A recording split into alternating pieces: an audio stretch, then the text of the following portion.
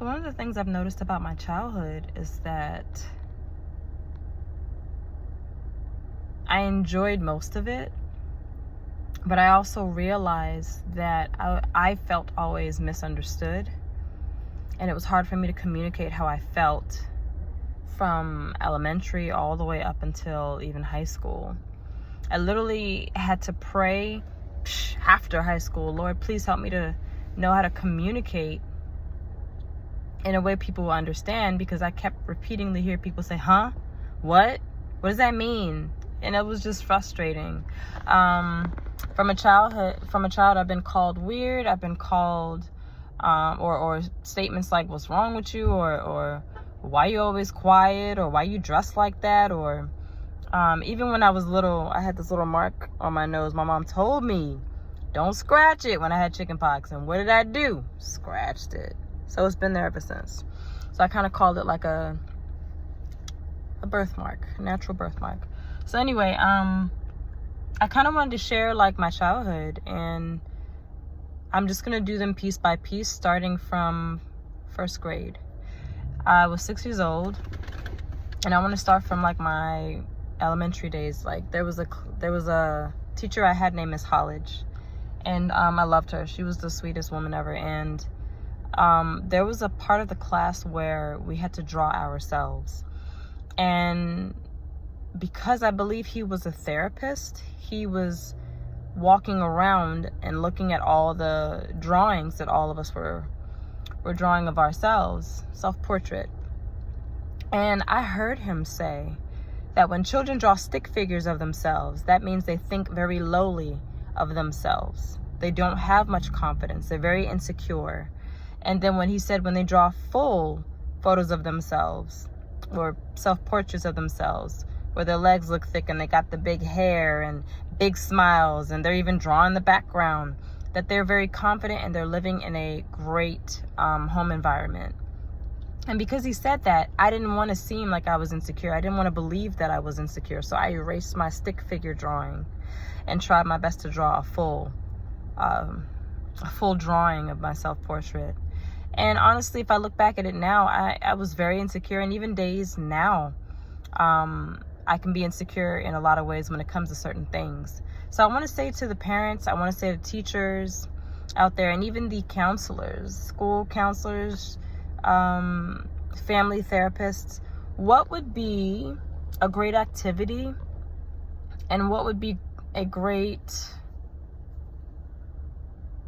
communication activity for parents, therapists, and teachers to have in order for children to communicate how they feel based off of where they are in their life. And I think people think, oh, they're just 6, they're just 5, what do they know about life?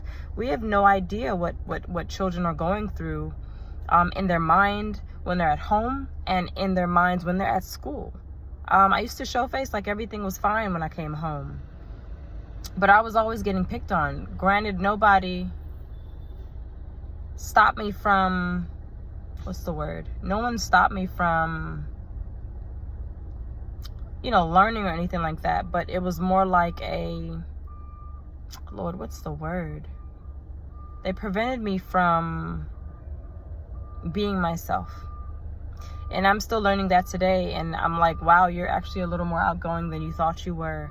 Wow, you actually speak to people when it comes to just commenting on their outfit or whatever the case may be. Wow, you actually talk to random strangers because you just weird like that. You just a little odd, but in a good way. So I just want to find a program, or even start a program where we could do meet and greets for children, family therapists, and even school counselors and children, so that we can say, hey, let's do role play, right? Let's communicate and find different ways as to how we can express how we feel. And the thing is, I had a praying grandmother as well, and she prayed every day. Like there was never not a day my grandmother, Missionary Hines, did not pray. Along with that, my outlet at church started with singing music. So the fact that my grandmother was a praying grandmother, the fact that school, I hated it. I hated it with every fiber of my being, but I still had an outlet, and that was music at school and in church. And then eventually later on down the line, God allowed me to finally be introduced to school counseling in middle school and high school. Those 3 things are the foundation of the nonprofit. And I will let you guys know. Some of you already know the name of it. It's pretty much on my logo. But I just wanted to share that struggle as a child, as a 6-year-old. And it kind of continued from there. And I'll continue to share stories. And part 2 coming soon, y'all. I have a break, so I figured I would just... Well, I felt led to just at least show you all or share my testimony about the struggles as being even just an elementary student. And prayerfully, if you're a parent, please talk to your children. Please don't think that just because they're 6 that they don't go through a lot at school. Getting picked on every day and then coming home smiling when you ask, hey, how was your day at school? Oh, it was fine. Majority of the time, they're correct. They probably did have a great day. But other times they're showing face. They don't want to express how they feel because they don't want you coming down and embarrassing them and making matters worse. So now you're like, well, what do I do? And my start is to find a middle ground where there's all 3, right? They have an arts therapy outlet. They have some type of counselor or therapist in their life. And of course, the main counselor, Jesus Christ. So that's all I'm going to say for now. And again, a part 2 coming to you soon. And yeah, let me know in the comments if your child or you as a parent now or as a school counselor has either seen this in other children or you yourself have had this experience. And what did you do to change that? Was it Jesus? Was it arts therapy? Was it therapy at all, or all 3? Let me know in the comments.